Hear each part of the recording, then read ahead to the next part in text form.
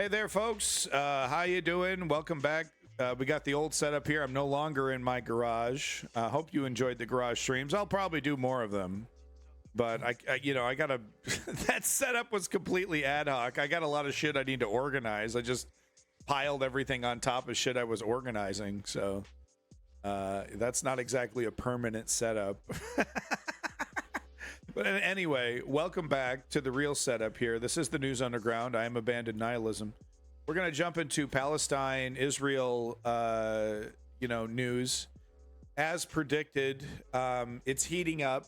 I'm really actually quite surprised that I haven't seen fatwa or, any kind of, calls for, an end to this, back and forth, this pretend, negotiation for some kind of peace. And I was thinking more kind of a total war kind of situation would be we'd be dealing with by now, but so far we're not. Cooler heads are prevailing, but I wanted to show this here because there are Evac Jenna. Wow, what an interesting name. And ignore that, Jenna. I apologize. That is very rude. I'm sorry about that one, Jenna. Thank you so much for the follow. Chem Goblin. I know, Metal Gear Solid's amazing.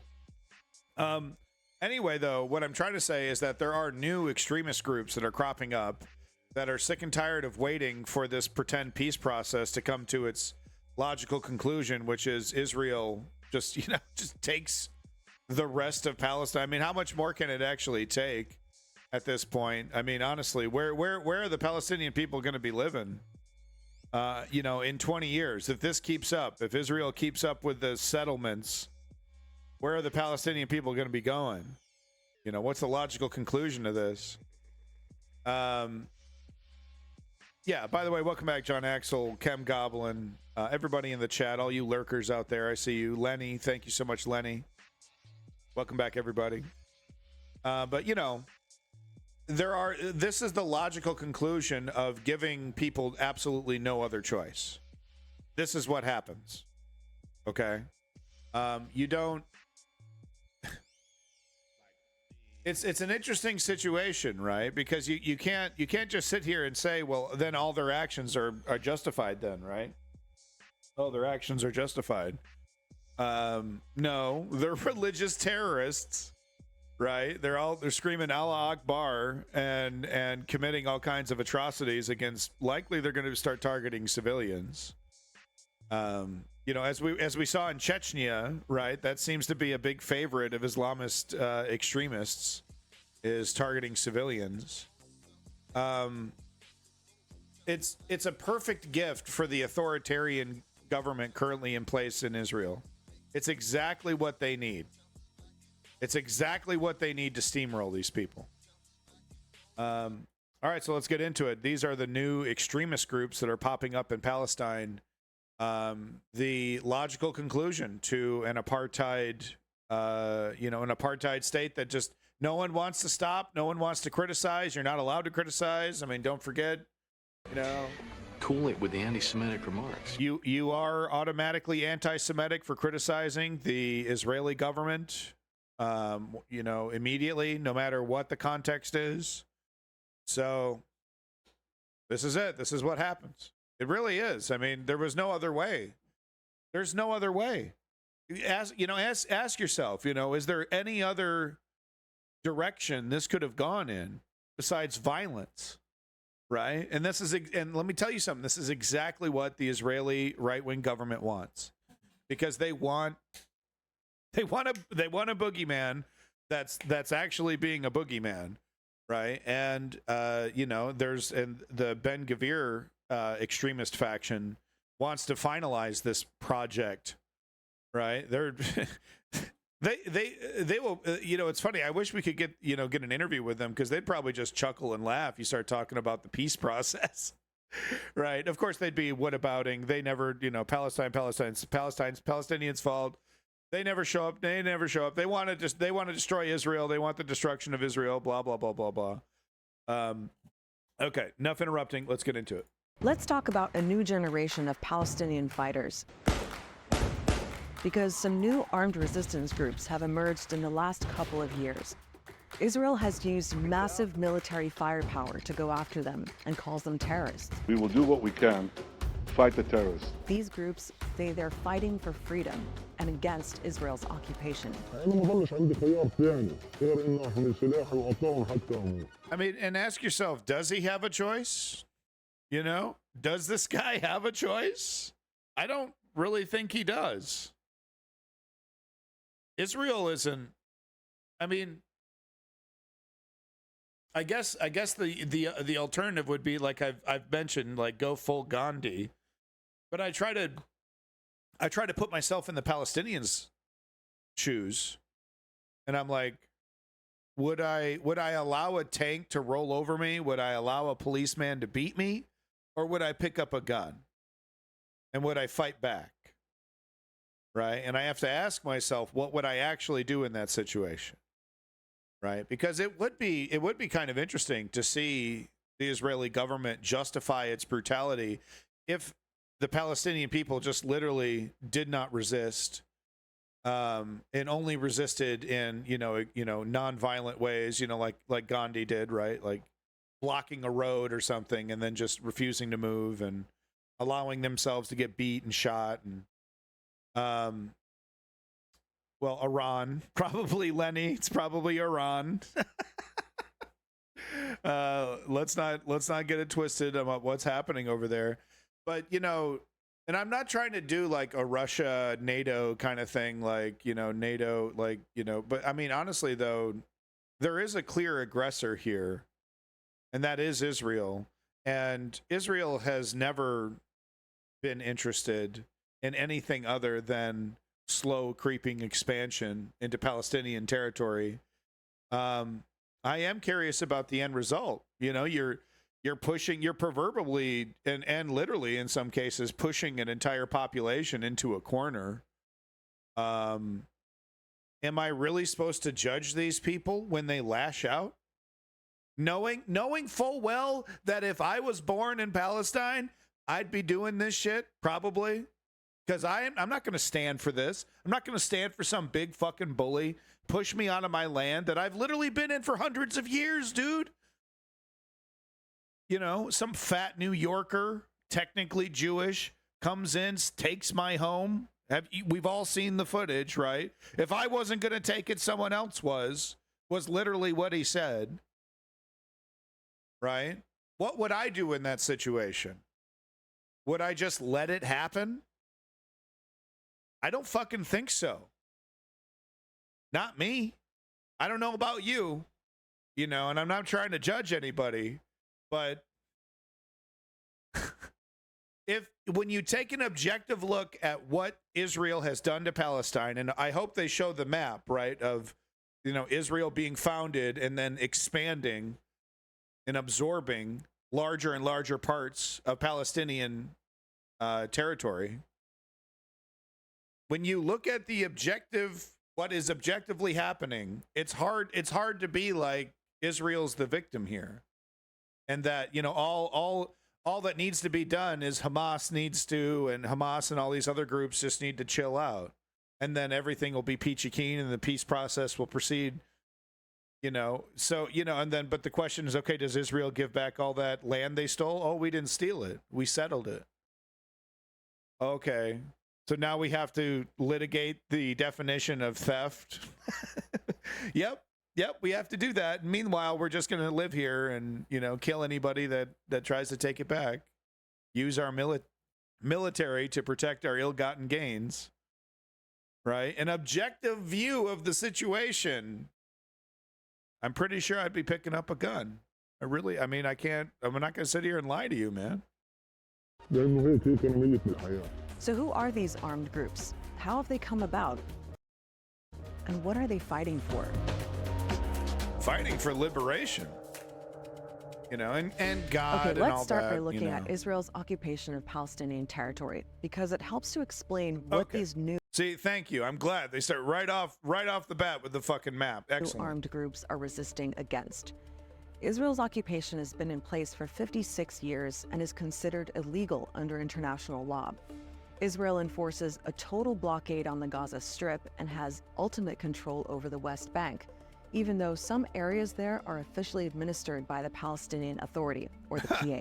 Not for and long. in the occupied West Bank, Israel has built shocked they're more still and more there. homes for Israelis, known as settlements. They've constructed roads exclusively for Ugh. settlers. And they're the ugliest, like McMansion, you know, Kmart assembled in days kind of, you know, and look what they look like. Some suburb. And there's a huge separation wall. Palestinians need special permits to travel, and Israel has set up hundreds of checkpoints. There's also a constant presence of Israeli soldiers who routinely. And I've shown videos, like you think, oh, a checkpoint here and there, not a big deal. No. We're talking checkpoints. Like there are situations for Palestinian people where they have to pass through 2 or more checkpoints, full, you know, pat down, check, interrogation, show me your papers, checkpoints, just to get groceries, right? Or just to get basic essentials. We're talking whole areas like cordoned off and sectioned off, and it's all an intentional harassment tactic to make people feel unwelcome, to get them to leave. Yeah, Lenny. Yeah. Trump moved the U.S. Embassy. Was that the thing that he did in Jerusalem that kind of finalized? He also did something for Jerusalem, right? Israel basically took full control over Jerusalem. Something like that. It was a big... Wasn't that supposed to be the start of the apocalypse, by the way, evangelicals? Wasn't that... Hello?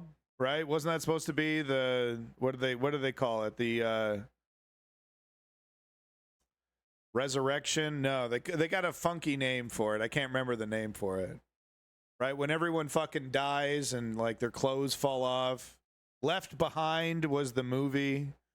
They did a whole movie series called Left Behind.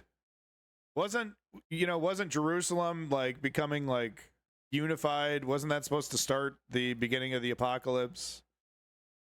Man, that really shake things up. I don't even know if I would hate, like, I don't know, man. Ain't no way I'm going up there. So, it's just like, I don't know, the world without Christians. I don't know, kind of. It's fine. Leave. Bye. I'll take my chances with the Satanists, quite frankly. The fucking Christians, I've had enough of them. Routinely raid Palestinian neighborhoods, demolish homes, and arrest people, while Israeli settlers get military protection. Settlers have also been behind thousands of attacks on Palestinian villages. No. So they get military and police protection. So Israelis will just, fucking Clockwork Orange style roving gangs, right? Will just walk around Palestinian neighborhoods and terrorize people and terrorize their homes, break shit, right? And they know that they're not really going to be pursued, right? There's not, and if they do get caught, they get little slaps on the wrist. So they're basically allowed to just harass people. It's unbelievable. Thousands of attacks on Palestinian villages. And if a Palestinian were to defend his home, right, and hurt an Israeli doing this, the execution, the books thrown at them. Oh, how dare you? You're not allowed to defend yourself. You're not allowed to defend your property, or else you will be arrested and given the maximum sentence, while the Israeli, who is clearly committing a crime, undoubtedly, slap on the wrist. Oh, poor baby. Setting fire to homes and cars. That's a normal occurrence. It's an everyday thing. Itself is a form of sustained systematic violence, right? It is coercive. He does the right thing by nature. The Israeli army is there. It enforces restrictions on Palestinian life. There's basically this huge imbalance of power where the entire weight of the Israeli state and its military controls pretty much all aspects of daily life for Palestinians. It's a system that rights groups like Amnesty and Human Rights Watch say is apartheid. Where Israeli authorities systemic methodologically harassment. privilege one of the groups, Jewish Israelis, while authorities allocate different baskets of inferior rights to the other, Palestinians, systematically discriminating against them. You can Objective just fact. see how people who've lived that reality their whole lives, they don't see a future. Over the Exactly. decades, Palestinians have tried resisting Israel's It's a logical occupation in conclusion. different ways. There have always been methods of nonviolent resistance. Right-wing. Things It'd like have to be protests, right-wing. strikes, boycotts, and I gotta say, the UK media and Meghan Markle is disgusting. They might as well call some of the UK media daily harassment. They're still putting Meghan Markle on the cover of their newspapers and talking about like she's a skank and all this, like just completely deflam. It's like she doesn't even live in your country, man. She fled. She threw away royalty because of this, and they're still hounding her. Leave Meghan fucking Markle alone. Daily harassment, UK media. And he said the demonstration of 100K people and more. It's a shame they're not demonstrating for Palestinian freedom. It's a shame that, but I mean, it's Schadenfreude on a countrywide level, right? Because they get these they like these authoritarians because they're so brutal against the Palestinians, but they don't think about the ramifications of what happens when you install an authoritarian into your government and what that is. And okay, now we're changing the government, so now elected officials can just say, oh yeah, this investigation against me, this investigation against my party, this wrongdoing, nullify. It's unbelievably corrupt, and it basically destroys the concept of rule of law in the country, making whomever's in charge de facto dictator of the country. This is what happens. This is what happens when you let grifting opportunist authoritarians lie to you to get into power, right? Oh, it's the boogeyman. It's the Palestinians. Palestinians are making your life miserable. The Palestinians are making your life miserable. Get me in here. I'm going to, final solution these guys. I'm going to Cool it with the anti-Semitic Sorry, remarks. that's right. We can't have any comparisons there, even though they're ironically apt. Why is it? Well, look, John Axel, we're not going to get into that debate. Okay, they're there, they exist. There's what's the plan? What are we going to just exile the Israelis? Oh, that's a good look. Look, they're there. The solution is obvious. The 1967, I believe, the 1967 agreed upon borders. Right, that's the solution. That is so clearly the solution. It's ridiculous. And it needs to be pushed by the United States. But there's a whole effort. Now you're going to have to extract all these settlers. It's a whole thing. It's not going to happen.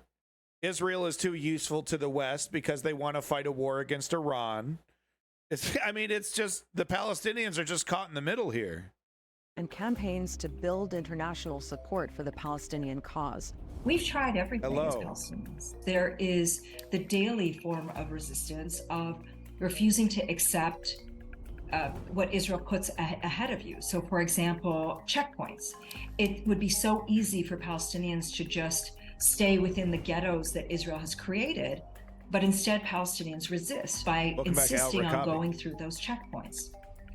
And then, of course, there's the violent resistance. And that violent resistance is a resistance that Palestinians have as a right because there is nobody who is protecting us. What would you It's not do? surprising when you look at the history of resistance that also there is an armed element to the resistance or occupation. It's not to justify violence, but it's violence that breeds violence.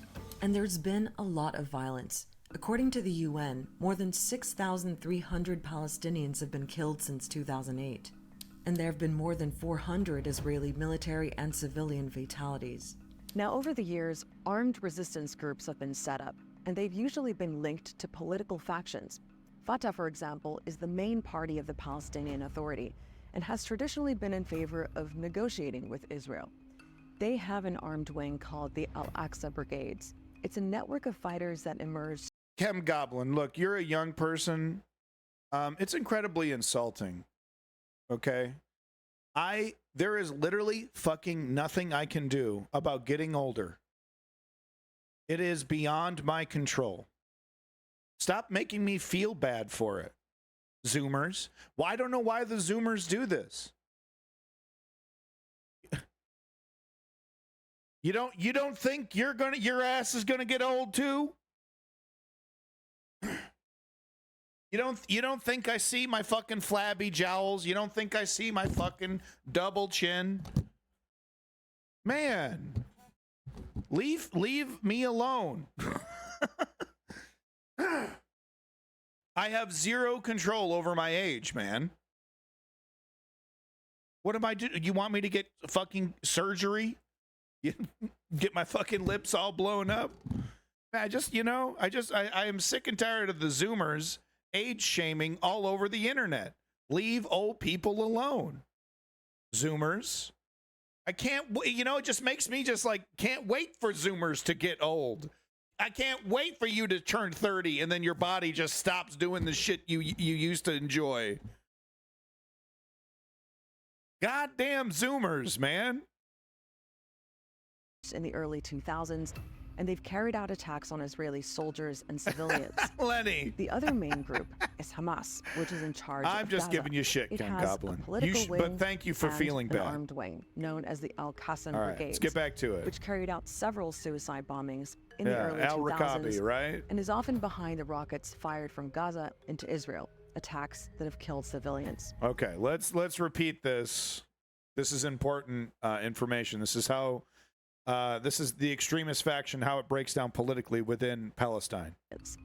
The other main group is Hamas, which is in charge of Gaza. It has a political wing and an armed wing, known as the Al-Qassam Brigades, which carried out several suicide bombings in the early 2000s and is often behind the rockets fired from Gaza into Israel, attacks that have killed civilians. There are other armed groups too, which have been around for a while and also have political links. But the new groups that have recently emerged in the occupied West Bank aren't aligned with any particular political faction, nor are they controlled by the Palestinian Authority. The ones you mostly hear about are Lion's Den, which is based in the city of Nablus, and the Jenin Brigades, which are based in the Jenin refugee camp. These newer armed groups also tend to be smaller and local, mainly based in one town or neighborhood. And it's not clear who's in charge of them or how they're organized. It is sort of an ad hoc collection of mostly very young male militants who Ken belong Goblin. to different factions, who don't have a kind of central command, either in political or military terms. Yeah, what we are seeing now is instead of them being confined to just one political faction, groups come together, form together to try to protect their camp, trying to protect their cities, their towns. أنا شاب زي أي شاب بنتشك سلاحي وبنزل إنه أنا حتى في بيتي أنا بطلت أوجد الأمان. أنا لما تركت عن بيتي وعلى أهلي وأبوي وأمي. Man, they're all like 16. So why have these groups emerged now? Well, one thing to keep in mind is the general context in the last few years. You've got this breakdown in Israeli-Palestinian relations, no peace process to speak of, and an Israeli government that includes far-right parties pursuing even more hardline policies against Palestinians. We have the most extreme government in Israel's history that is committed to a vision of greater Israel and to complete annexation and subjugation of the Palestinian population. And almost every week. That's not hyperbolic. That's not hyperbole, folks. That's fact. That's undeniable. This Ben Gvir guy wants, and like, the only question that they're debating is, do we kill them all or do we exile them? That's really the only debate that they even want to have, right? There's like little mini factions in there, right, with different ideas about what to do with all these people. But no, the project is on its way to completion. Subjugation of the Palestinian population. And almost every week We hear about further expansion of settlements, which mean more and more land is grabbed by Israel. And more Palestinians are being evicted from their homes. You are stealing my house. And if I don't steal it, someone else is going to steal it. No. So that was the example I gave a few minutes ago right there. So this fat ass from New York, this guy's, you know, from New York, technically Jewish, is given an opportunity. Literally, Israeli military comes in, kicks Palestinian people out of their house, and then some fat New Yorker moves in, and this is what he tells the people that were just living in the house he's now staying in. He's probably still living there, by the way. You are stealing my house. And if I don't steal it, someone else is going to steal it. If I don't steal it, someone else is going to steal it. He's not wrong.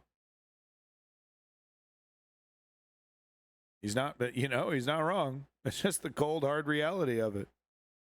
No. Yeah. Stop.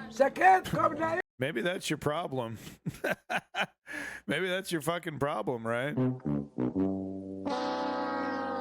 Not doing a lot of answering. Jesus, all of them. Pretty quiet, pretty silent on all this, aren't they?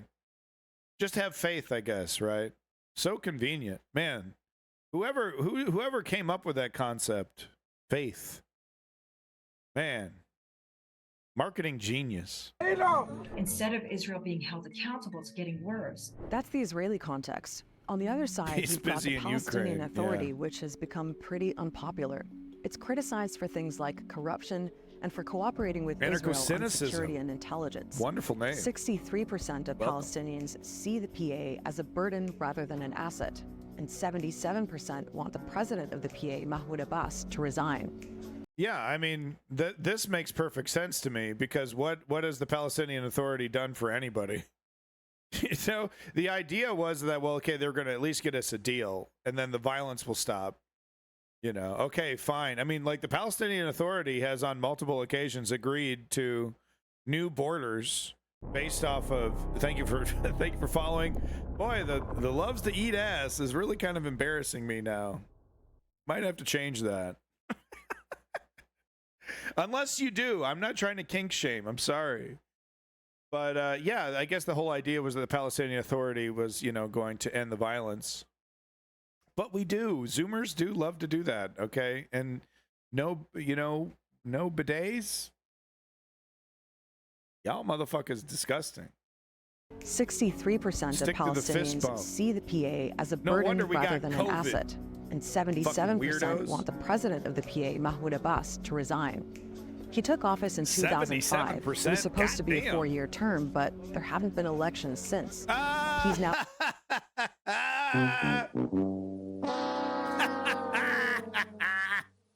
Elected, and then there haven't been elections since 2005.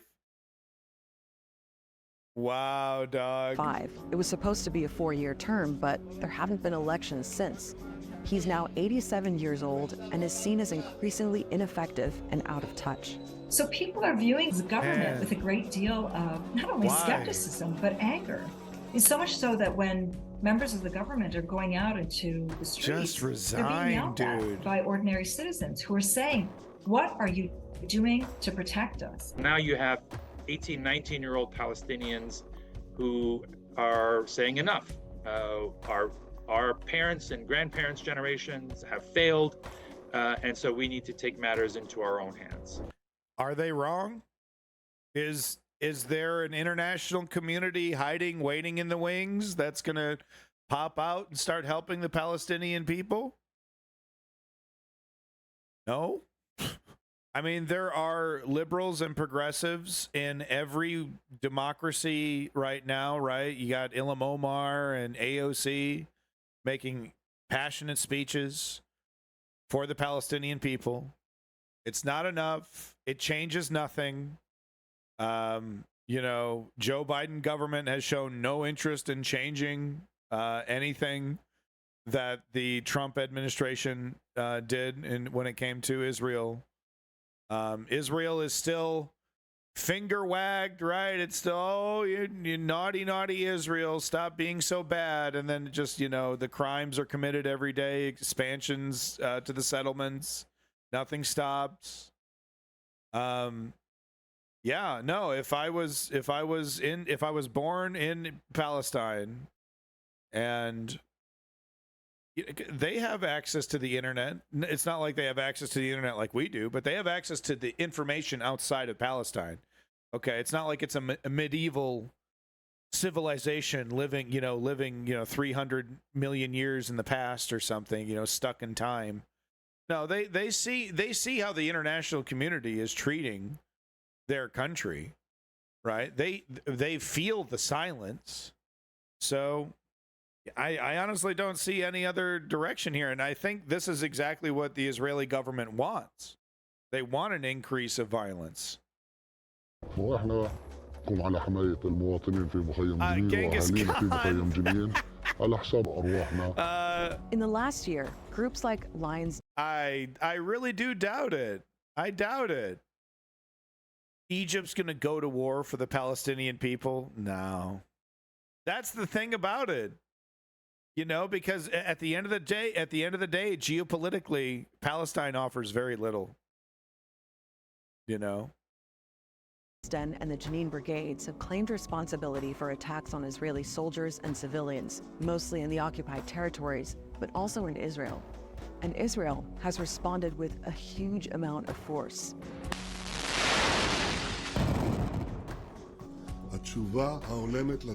Yeah. And it's always appropriate. It's always appropriate, right?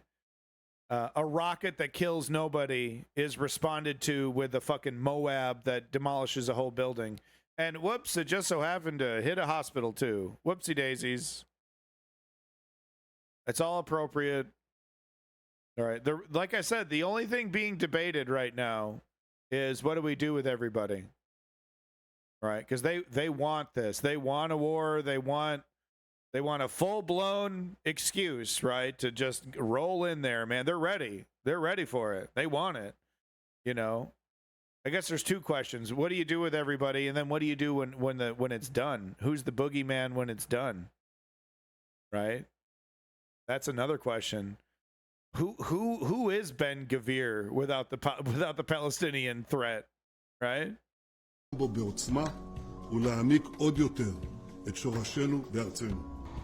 The Israeli army has carried out several raids in places like Nablus and Jenin. That's your taxpayer in early dollars July, right there, hundreds folks. of soldiers went into the Jenin refugee camp in a 3-day operation that included drone strikes and the use of helicopter gunships. Israel says it hit the Jenin Brigade's HQ. 12 Palestinians were killed, hundreds of homes were... World War III, that's China or Russia fucking with NATO. That's World War III. That's the scenario that makes World War III. Damaged, and so were the camp's water, electricity, and sewage networks. I don't see Egypt starting a war for Palestine. On a refugee camp and destroying the...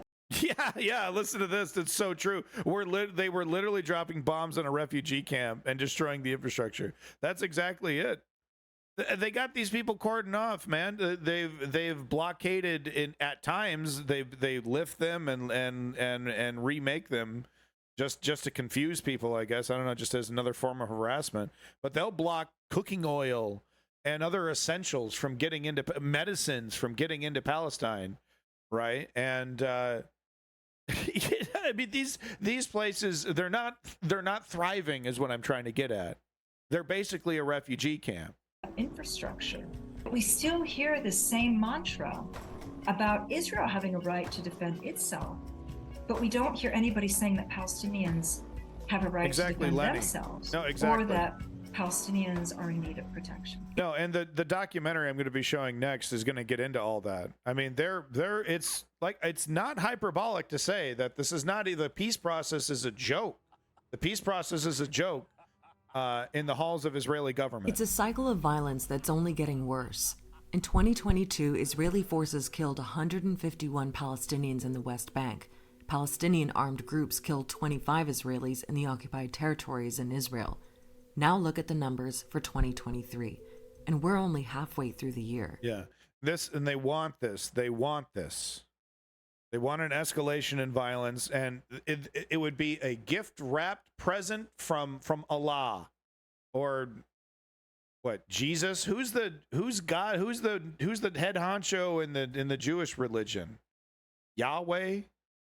But it would be a fucking gift wrapped present from God. If the Palestinian, extremist groups and Palestinian Authority even got on board with a full-blown military resistance against Israel, that would be great for the Israeli government. That'd be so awesome, right? They just go full-blown brutality. I mean, let's just rounding people up, and not exactly killing them, right? But just rounding people up, exporting them to another location, taking over massive chunks of land. All of that feeds into how Palestinians more broadly feel about the state of armed resistance right now. A recent poll showed forcibly extracting people from their homes, because it's a really slow and plotting process. But if you do this under the guise of a military pushback, right? You just take more homes, and you forcibly relocate a bunch of Palestinian people. You make it, you can almost make it seem humanitarian, right? Because makes it look like you're extracting people from a war zone. It's exactly what Israel wants. It's exactly, and maybe that might be why we haven't seen, escalation, because the Palestinian armed resistance understands that is exactly what the Israeli military wants. That a majority are in favor of forming armed groups like the Lion's Den, and 58% support a return to armed confrontation against Israel to break what they see as the current only deadline. A matter of time. The goal now should be, how do we prevent more death and destruction? It's not even a question. The question is simple. Stop giving money to the Israeli military, right? Tell them to if you want money, stop building more settlements. At the very least, stop building them, right? That's where the conversation should start. And then further conversations about, okay, extracting yourself from these settlements and giving them back to the Palestinian people, right? If you want that military money, if you want that support, that's what needs to happen. But it's not going to work that way, because the United States government is not supporting Israel because it likes Israel. It's supporting Israel because Israel is going to be number one on the front lines whenever the U.S. decides it's had enough with Iran. That's why all this is going on, and that's why they get all the fancy toys.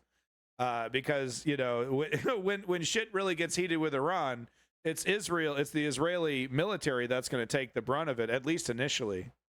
Can pacify an area with massive violence and repression. But eventually, you will get a new generation of Palestinians who don't remember that death and destruction of the previous rebellion and are prepared to pay the ultimate price again. At the end of the day, it's about the broader conditions that brought us to this point. If we bring it back to those new groups of fighters, remember that we're probably only talking about a few hundred people. They're just one part of a much bigger picture. But the emergence and growth of these groups does tell us something about that picture, including the cumulative impact of decades of occupation and the lack of hope that anything will change anytime soon. I mean, you got to give it to Al Jazeera here, really doing the best that they can to be as fair as possible to all parties involved here, while talking about a very sensitive subject. So I think this is a very good bit of work here from Al Jazeera. Props to Diana Butu. No, who's the host? Sandra Gothman. She's pretty cool.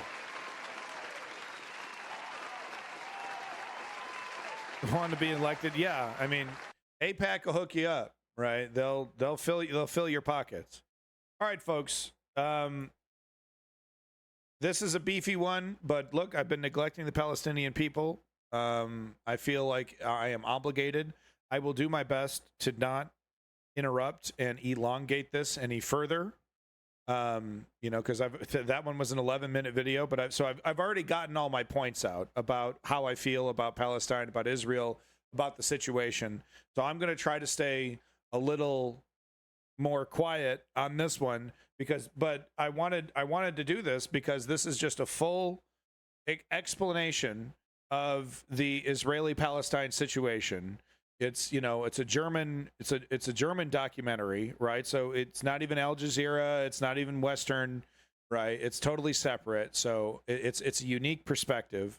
It is 28 minutes. So like I said, I'm not going to interrupt it as much as possible. So I will be interacting in the chat as much as possible because I want to move on to our Niger stuff as well. So people are going to leave. I know that's the case, but I don't care. I'm doing this for the Palestinian people.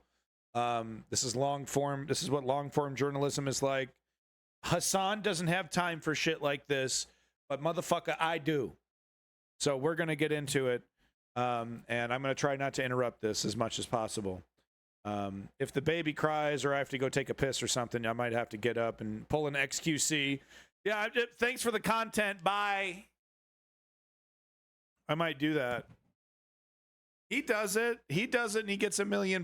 Why can't I do it? I can't go take it, I can't take a powder. Anyway, let's get into it. Palestinian people deserve this. Every year, Israel marks its Independence Day with a demonstration of strength. The fighter jets send the message that this country can master any conflict. All this while Israelis celebrate what is now the state's 75th anniversary. They can be proud of the prosperity that's been achieved, yet they're still struggling with head on over to Israel. Woo! Unresolved conflicts. Israel has made some peace deals, but not with its closest neighbours, the Palestinians. The violent conflict keeps on erupting. Then there are the deep divisions in Israeli society linked to ultra-Orthodox factions and Zionist extremists. Hundreds of thousands have been protesting government plans to, in their eyes, weaken democracy. What's happened to the dream of a Jewish state, with Israel more polarised than ever before in its history?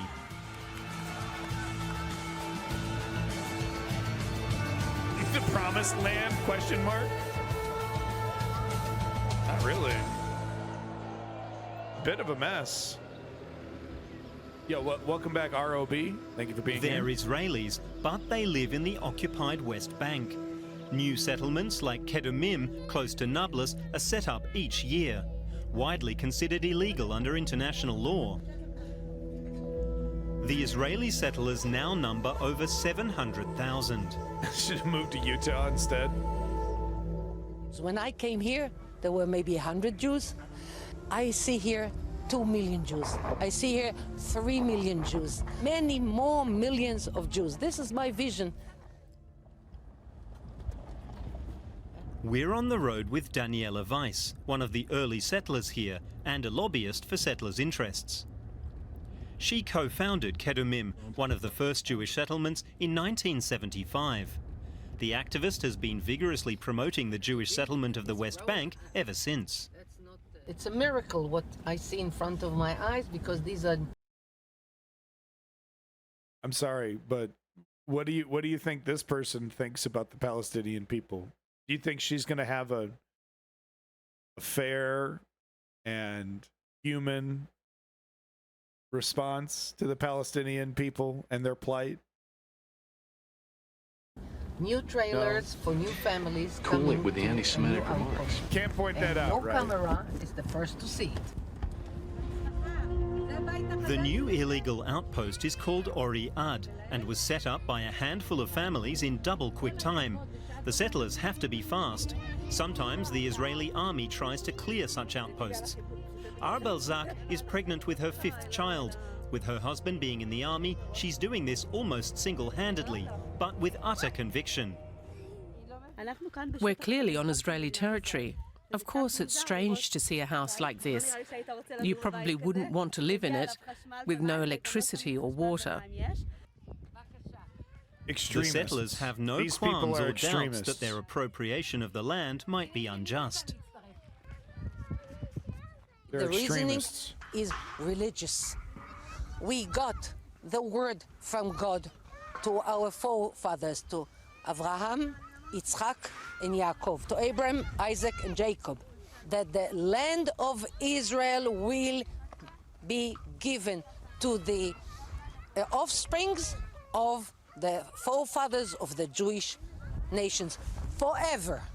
So I do not have to invent a reasoning bigger than the Bible. Okay, your taxpayer dollars are supporting The her. settlements were only made possible by the Six-Day War of Your 1967.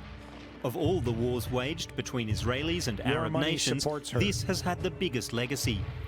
Israeli forces captured East Jerusalem, Gaza and the West Bank, territories that had been largely allocated to the Palestinians under the 1947 UN partition plan. But for many Israelis, the notion of recreating biblical Israel suddenly became a real possibility. Of course, Jerusalem, so momentous that you are now reunited with the Temple Mount, with the Western Wall, the famous picture of 67 showing the soldiers nearby. Those were deeply emotional and again, almost metaphysical moments for many Israelis, even those who were completely secular.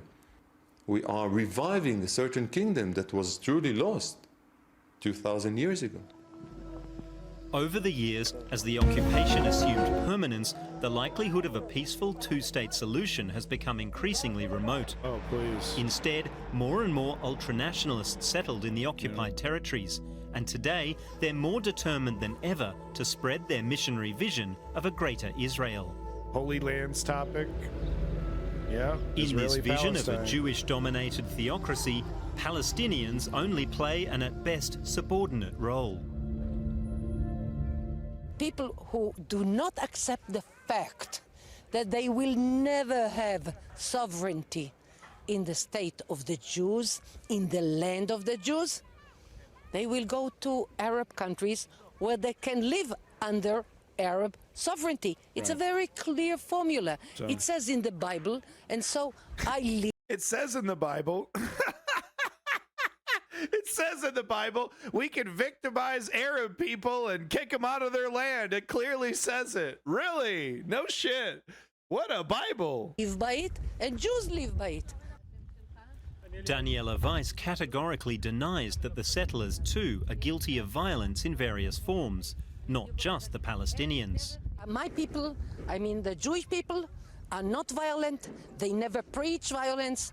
We have a synagogue here, that we have here 20 synagogues. What is, I'm sorry, I keep pausing it, but what is the extraction of people from their land other than violence?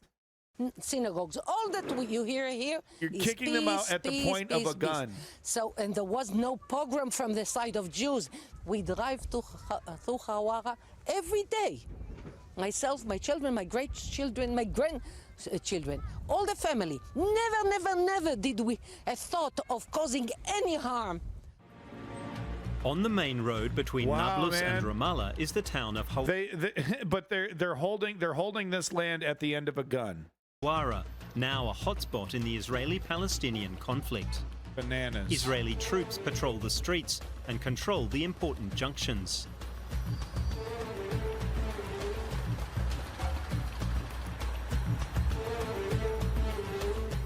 The Israelis want their children to live in peace, security and stability. But I also want my children to live like that. I'm just as concerned about the future of my children as the Israelis are about theirs. Yeah, of course you are. The army has blocked roads into Hawara again. Only settlers with Israeli registration plates are allowed to pass through. For Firas Dumaidi and his supermarket, it's a disaster. For months, the town has been in the grip of terror and violence. Business has hit rock bottom. This is what I was telling you about. Things are really bad, in particular the economic situation. As you can see, I own this big food supermarket, but these days I hardly get any customers. My sales have slumped by 80% because of the activities of the settlers and the Israeli army in Hawara. These fucking checkpoints. I used to have 50 staff, now just 20. For months, settlers have been launching violent attacks on the town's residents. The army rarely intervenes.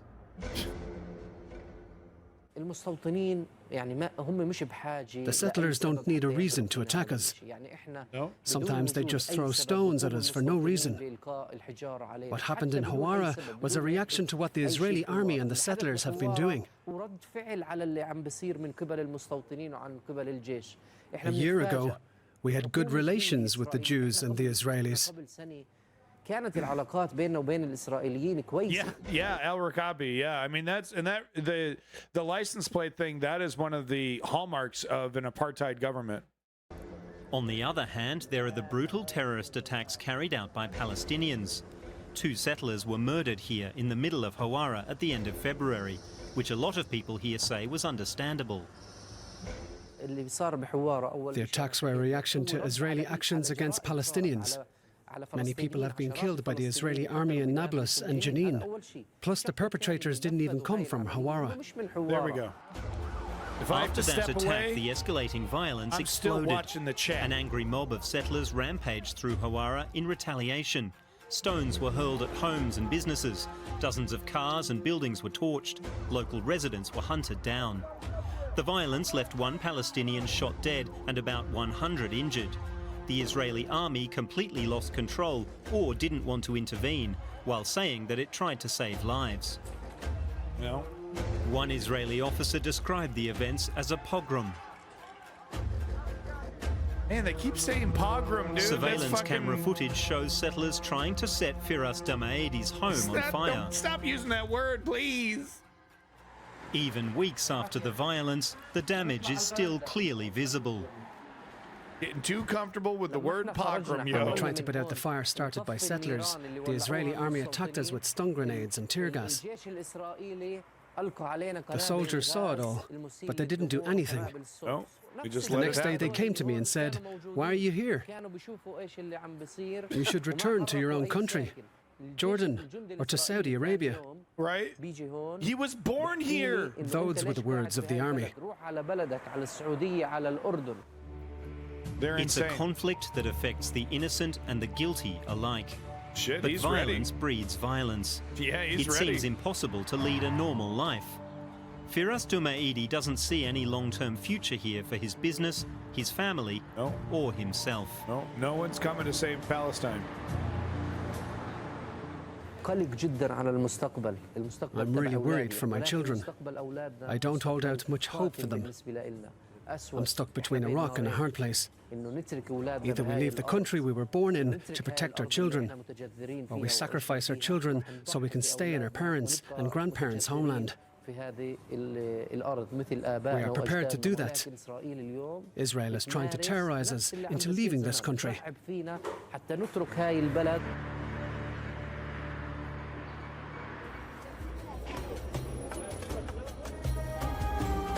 Along with these external conflicts, Israel also faces fucking domestic wall. ones, like that surrounding Jewish identity. The influence of ultra-Orthodox Jews is increasing. They make up a rapidly growing proportion of the population, currently 14%. Their lives revolve around prayer. In school, they study the Torah, not English and math. Totally They're exempt normal. from military service. If at all, it tends to be the women who have regular jobs. It's like a parallel universe. Totally normal, guys. I'm sure that one day the Messiah will come, and when he comes, we will be delivered from all our troubles. Hey, Those who let's give a government filled with guys like this a bunch of guns and weapons and endless resources to just do whatever the hell it wants, and then anytime it commits crimes, we give it cover. We give it cover in the media, and we anybody that criticizes guys like this, we just call Cool them it with the anti-Semitic, anti-Semitic and then remarks. we just move on with our lives, huh? What a great idea, guys! This is really good. who have followed the Torah's path will triumph. Those who haven't will disappear. How will they disappear, sir? Yoelish Kreuz has 18 children and 6 grandchildren. He lives with his wife and the underage children in the Mea Shearim district of Jerusalem, in 2 rooms and something like a sleeping cell. He does occasional odd jobs. His family live in precarious economic circumstances. This is the hole we live in. Oh my God, dude. Krois belongs Leave to the her Eda alone. Haradit religious community. They completely reject the Israeli state. Their hope is that the Messiah will come and establish his kingdom here. And here comes D-Live. The state of Israel is the biggest catastrophe that could happen to the Jewish people. I have no choice. I live here because I was born here and can't leave. I try to live with it by not taking anything from the state. Come on, bro, shut the If you fuck don't have up. any contact with the state, you can be sure that you will remain Orthodox. But that doesn't stop Krois and thousands of his fellow believers protesting against the secular world out there and its sinful trappings. Oh yeah. Ultra-Orthodox. Look, you're not getting laid because of your book. It's the fucking hat and braids, okay? But I guess they're who's fucking these men? Who? Stop. If these guys would stop getting sex, if women around the world just said no to this shit would be sealed up in a generation, man. You kidding me? Who is having sex with these guys? Stop this. Stop it. Just stop. Orthodox Jews in general adhere solely to kashrut laws, which lay down what's kosher and what isn't. And smartphones providing internet access are definitely not. Yeah, of course not. Only kosher devices are permitted, and only then for important phone calls. Kosher cell phones? The internet, it's a waste of time and is full of bad things. It's without decency and morals, and full of evil opinions. It makes you addicted. It's led to many divorces. You become dependent on it and stop living. Okay, coward. The rejection of the modern secular world sometimes leads to violent protests. Among the targets of the Eda Haradit group's anger, a tram passing through their district. No! Wow. And recently, businesses selling non-kosher smartphones went up in flames. So we need to respect their opinions, Another guys. segment of the ultra-Orthodox population is willing to get involved in politics. Yeah, don't forget. The Shah's we Party need to respect and their United Torah opinions. Judaism are part of Prime Minister Benjamin Netanyahu's governing Kosher coalition. condoms. Their Yeah. communities and Torah schools receive subsidies in return for their votes, as well as other privileges and influence on religious rules. You're losing your mind. The influence of the ultra-Orthodox goes back to the birth of Israel, prompting the Yay. country's founders to cede them significant power and refrain from creating a written constitution, a mistake that's come back to haunt the country. The hats. Ben-Gurion did not the see funny that hats, man. coming. He thought that by firmly establishing secular Zionism, by almost sanctifying the Here's state, D-Live. creating a sort of civil religion, we might find a good substitution. And there will be some ultra-Orthodox, there will be some religious and national religious, but it will really be at the outskirts of that. Secular Israel, most prominent in Tel Aviv, feels increasingly constrained by ultra-religious communities. They, in turn, have long found the permissive lifestyle of the beachside Professional. city I'm a objectionable. I am very professional.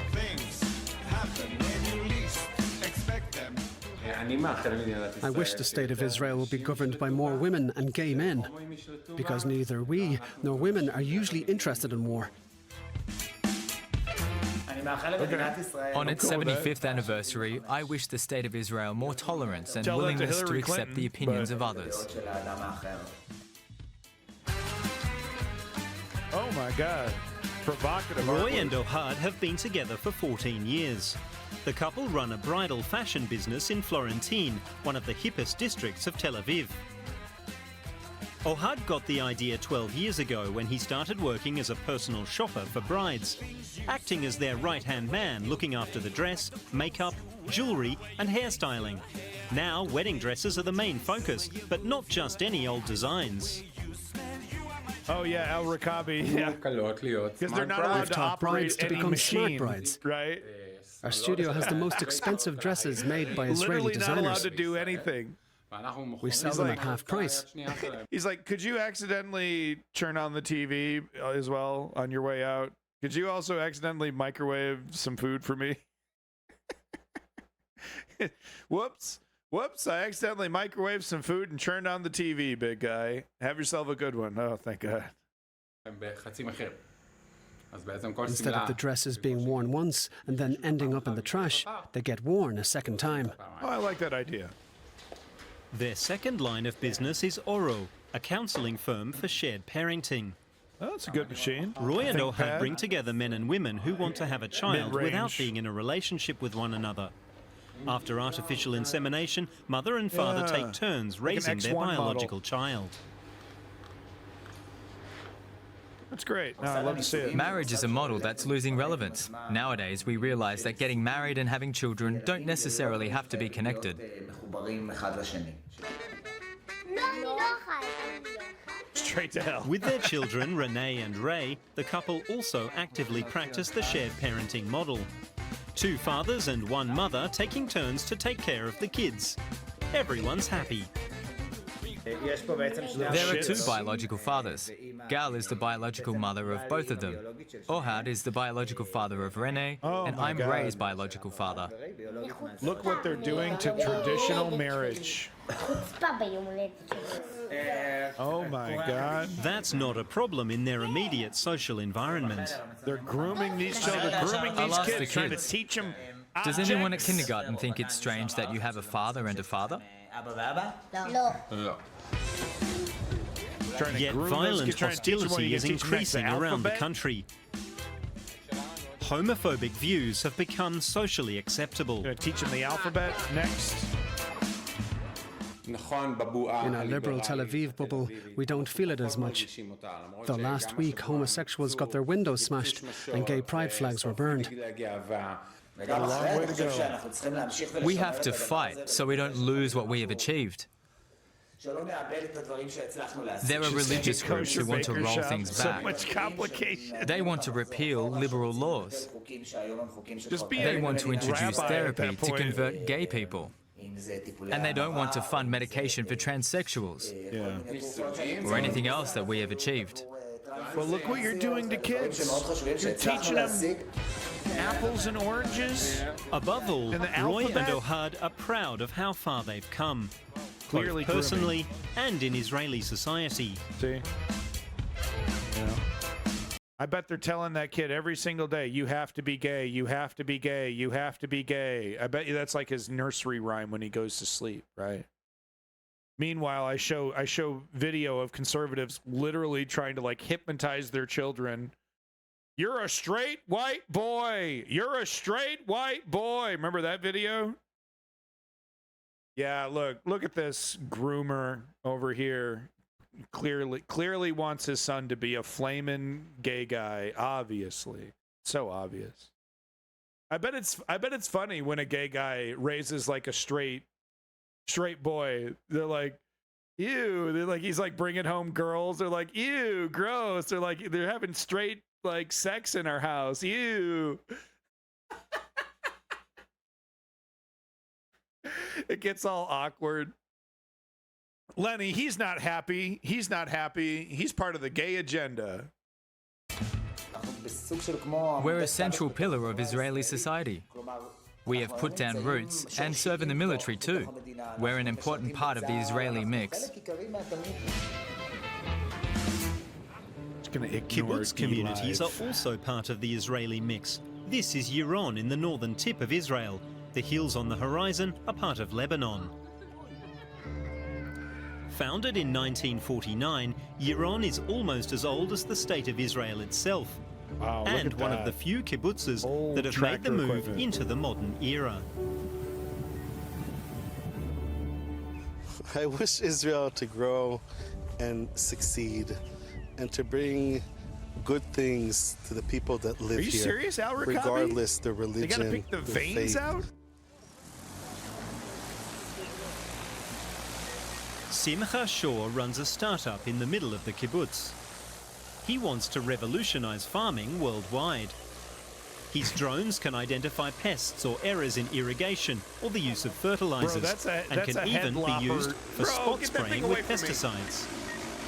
Bro, they're all standing there. One false move and that fucking thing is lopping heads, bro. That thing is the head lopper 9000. Look how dangerous this thing is.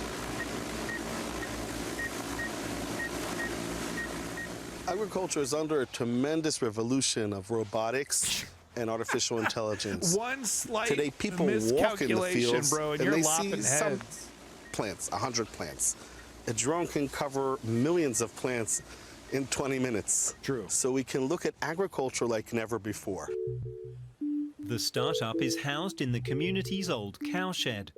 The kibbutz is also the company's majority owner. Oh man, I like that IT setup. That looks like fun. We are sitting in the dairy farm. The cows were here since 49. And you see here them feeding the cows. Oh. This is the build that we are in. It was for the cows and for the milking of the cows. Okay. We are now the cows. It's from dairy farm I'm to gonna take a 5-minute break. I'll be right back. From a cowshed in rural Israel, the company advises farmers across the world. Perhaps this is where we find the secret behind this startup nation. Israel's high-tech sector accounts for some 50% of the country's exports. Israel is a small country. We don't have too much water or land. We're not going to grow food for the world. But as we started in drip irrigation, Never found it. 50 years ago, now is the time to harness funny, Lemmy. the other power of Israel is the high tech. The kibbutz still grows fruit and vegetables using conventional methods. And apart from the high-tech enterprise, everyone gets the same pay here, from the tractor driver to the long-serving vintners. But change is in the air. Now, Yaron is set to join the vast majority of other kibbutzes and be privatized. And there's nothing that can be done about it, according to wine grower Avner Anava. The socialist ideals of this and other kibbutzes, he says, have had their day. The idea of the kibbutz is a community of people who cooperate with one another with shared tasks. So the economic factor doesn't play such a big role. The moment that personal greed comes along, it gets problematic. But it was the first kibbutz settlements that prepared the ground for the foundation of the modern state of Israel. Ada Feinberg helped set up Yaron in 1949 and still lives there today. Later, she became a kindergarten teacher and had a family. After the horrors of the Holocaust, hopes and aspirations were high.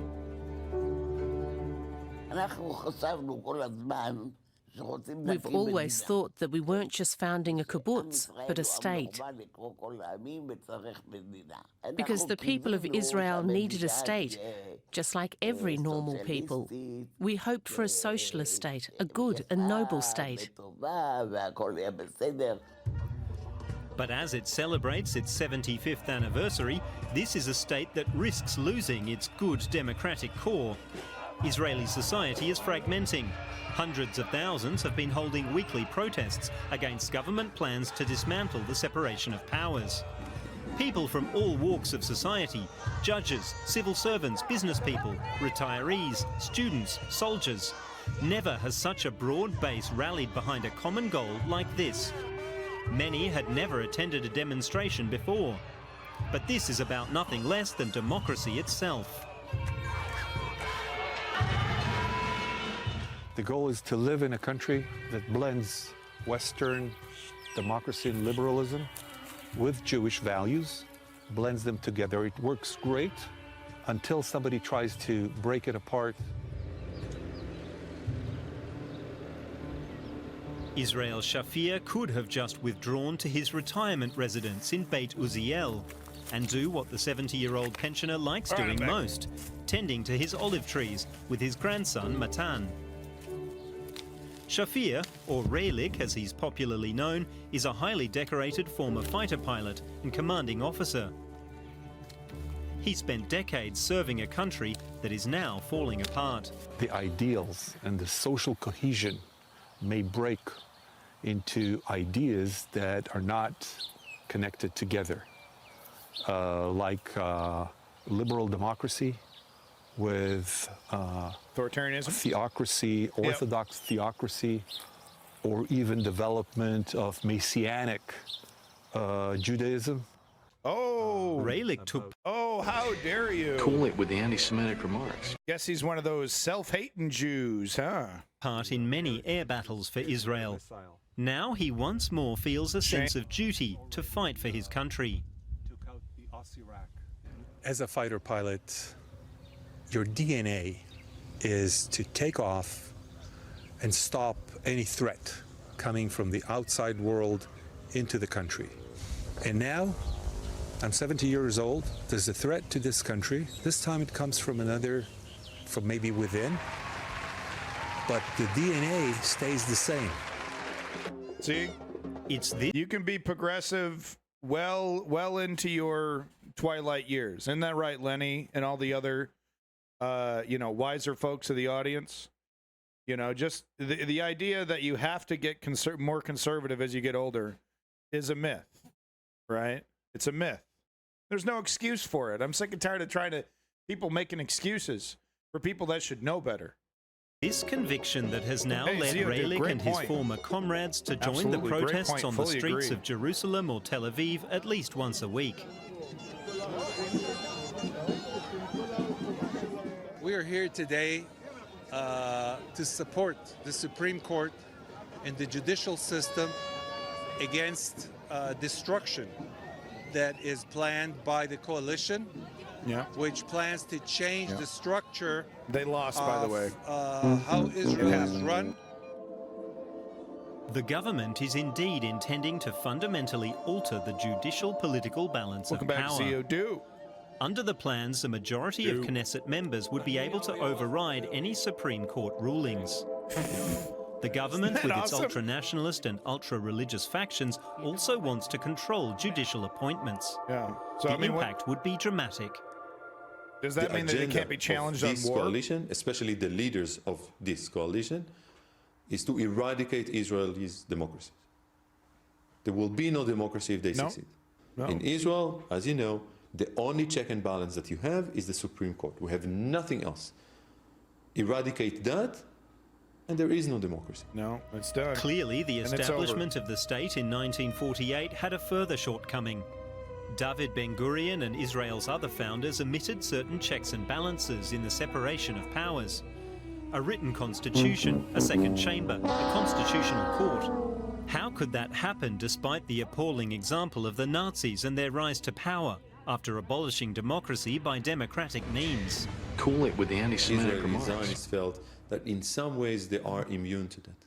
We have learned that lesson so well from the outside, being the victims of that.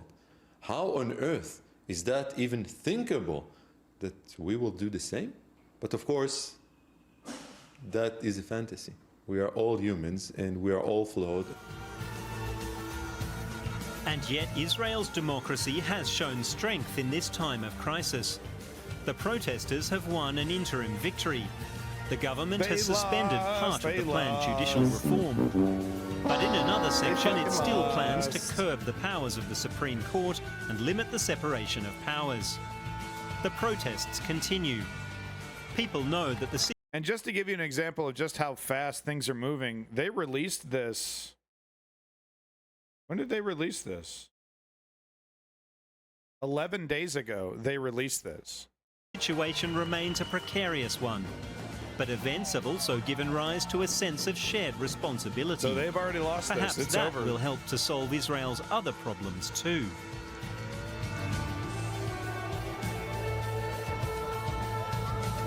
Yeah. Excellent report. Thank you, Michael Burwich. Once again, I think, it's... Look, it's not anti-Semitic to call out the crimes of a government. Left wing, right wing, chicken wing, right? You're not being hateful towards people or human beings to point out the fallacies of an unjust government, right? Just to recap my thoughts from the beginning of this this section here. Admittedly, very long section, but the Palestinian people deserve, full context here. But just to recap, the logical conclusion of this is more violence. The Israeli government wants violence. The Israeli military wants violence. Like I said, the only real debate that's happening is what do we do with all these people? You know, where do we create the ghetto? I mean, and I know, can't Cool say it with it. the anti-Semitic remarks. What would you call it? Some kind of camp filled with a concentration of people? I don't know, right? Call it what you want to call it. I don't know what the plan is, but what I think what is happening is that Israel is hoping for a military escalation by the Palestinian extremists, or maybe even the Palestinian Authority, who wants to stay relevant, seeing no other option, right? The Palestinian Authority just decides, okay, now we're going to be, you know, aggressive and pro-war so that we don't get kicked out of our seats of government, right? I think that's what they're hoping for, and what the Israeli government will, you know, try to poke and prod and try to make that happen by increasing the harassment, more checkpoints, just more daily, all the shit that they do, more of it. I think that's what we're going to see. So it's a waiting game, but I do think Ben-Gvir and the extremists don't want to wait. They're there to accomplish this. And if they can't manufacture it, we might just see, you know, a very flimsy excuse, maybe even a false flag, and, you know, just an insane escalation. Like, it'll seem like it's like, whoa, what the fuck? It'll be like out of the blue, like lining up tanks and fucking planes and boom, like full invasion, right? Because that's what they really want. They want to militarily go into regions and kick out thousands of people, deoccupy those areas of Palestinians, and aggressively move in Israeli people. You know, they just want to escalate the plan that they're doing it very slowly, a very creepy crawly. They're just going to do that in bigger chunks and use the military to back it up, right? Because they just want to wrap this shit up, right? I mean, and honestly, who's going to stop them? Who's going to fucking stop them? Right? I think that's a very fair question. So anyway, thank you, YouTube. That's my Israel-Palestine, Palestine-Israel update. Thank you so much.